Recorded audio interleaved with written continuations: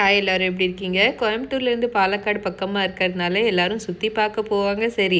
ஆனால் க்ரோசரி வாங்க போன ஒருத்தரை பார்த்துருக்கீங்களா?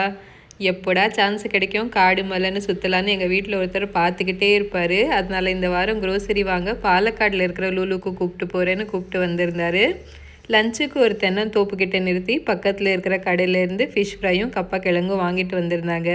அங்கே உட்காந்து சாப்பிட்டதில் பழைய மெமரிஸ் எல்லாம் ரெஃப்ரெஷ் ஆகிடுச்சு. ஒரு 20 இயர்ஸ் பேக் அப்பா 10 ஏக்கரில் தென்னந்தோப்பு வச்சுருந்தாங்க. அப்போ அது 18 லட்சத்துக்கு தான் சேல் பண்ணாங்க. ஆனால் இப்போ அது 18 கோடி கொடுத்தாலும் திரும்ப வாங்க முடியாது. எனக்கு தெரிஞ்சு நிறைய வீட்டில் இந்த மாதிரி ஒரு சுச்சுவேஷனை ஃபேஸ் பண்ணியிருப்பாங்க. நம்ம பெரியவங்க ஈஸியாக சேல் பண்ண ஒரு சொத்து மாதிரி திரும்ப வாங்குறது பற்றி யோசிக்க கூட முடியாது.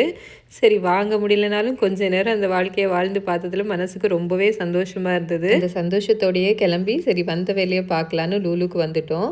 மால் என்டர் ஆகும்போதே அக்ஷா ஜுவல்லரின்னு ஒரு ஷாப் இருந்தது. லைட் வெயிட் ஜுவல்லரிஸ்னு போர்டு வச்சுருந்ததுனால கலெக்ஷன்ஸ் எப்படி இருக்குன்னு பார்க்கலான்னு உள்ளே வந்திருந்தேன். மினிமம் 4 கிராம்ஸ்லேருந்து பிரேஸ்லெட் செயின் எல்லாமே ஸ்டார்ட் ஆகிருந்தது. அப்புறம் கொஞ்சம் டைமண்ட் கலெக்ஷன்ஸும் வச்சுருந்தாங்க. ப்ரைஸுமே கோல்டுக்கும் டைமண்டுக்கும் பெரிய டிஃப்ரென்ஸ்லாம் ஒன்றும் இல்லை. இப்போ இந்த ஸ்டட்டு பார்த்தீங்கன்னா 1.25 கிராமு 25,000 ருபீஸ்ன்னு சொன்னாங்க. எல்லாமே ஒரு கிளான்ஸ் பார்த்து முடிச்சுட்டு அதுக்கப்புறம் நேராக லூலோட ஹைப்பர் மார்க்கெட்டுக்குள்ளே வந்துட்டேன். ஆனால் இங்கே வந்துமே நேராக க்ரோசரி செக்ஷனுக்கு போகாமல் மற்ற எல்லா செக்ஷனும் ஒரு ரவுண்ட் அடிச்சுட்டு தான் கடைசியாக வீட்டுக்கு தேவையான திங்ஸும் கொஞ்சம் நான்வெஜ்ஜும் வாங்கிட்டு கிளம்பிட்டோம். வீட்டுக்கு வந்ததுக்கப்புறம் இவர் எல்லா நான்வெஜ்ஜும் வாஷ் பண்ணி கொடுத்துட்டாரு. நான் கொஞ்சம் உப்பு, மஞ்சள் தூள், மிளகாத்தூள்லாம் போட்டு ஸ்டோர் பண்ணி வச்சுக்கிட்டேன். இப்படி பண்ணுறதுனால அடுத்த ஒரு வாரத்துக்கு ஹோட்டலுங்கிற பேச்சே யாரும் எடுக்க மாட்டாங்க.